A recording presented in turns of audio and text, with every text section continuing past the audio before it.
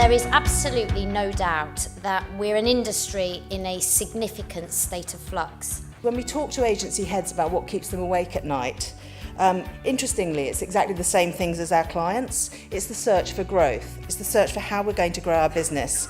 How do we prolong the game? How do we get fairly paid? And how do we grow in the marketing services game?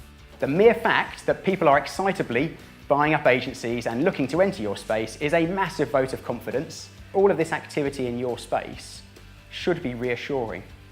Nobody would be entering a low growth sector. I guess one of the big things that I feel the independents do have an advantage over is we can cut our cloth to what our client needs. We don't have fixed models, we can be much more flexible.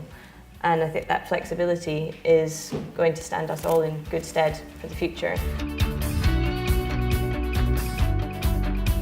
I think for me, one of the key takeouts is kind of reassurance, really.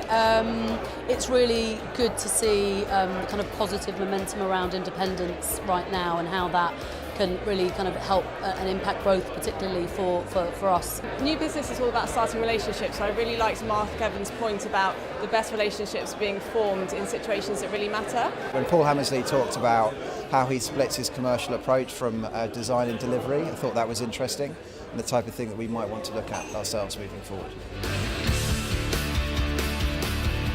We do a lot of work in our boardroom around education, around effectiveness.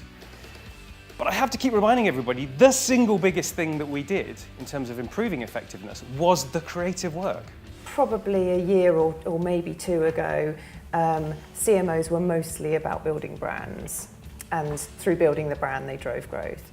Now the job of the CMO is fundamentally a mixture of a sort of customer experience officer, a chief data officer, a chief growth officer, so it's entirely different. So actually the client themselves has a completely different job to the one that they might have had when they started working with you. We often lack imagination in seeing what the jobs of the future will be. We're very good at knowing what's being destroyed. We can say this and this and this is going to go, but we fail to imagine how the world is changing to create new jobs. My ultimate goal, always, is to create commercial chemistry. Our point of principle is that we don't make any other money through the machine of media buying, so we don't mark up programmatic or ad tech or take any kind of commission from media owners or anything like that. We're just about clients paying us for the work that we do. We have a moral obligation to deliver to our clients the best possible brand advice without fear or favour. Only a third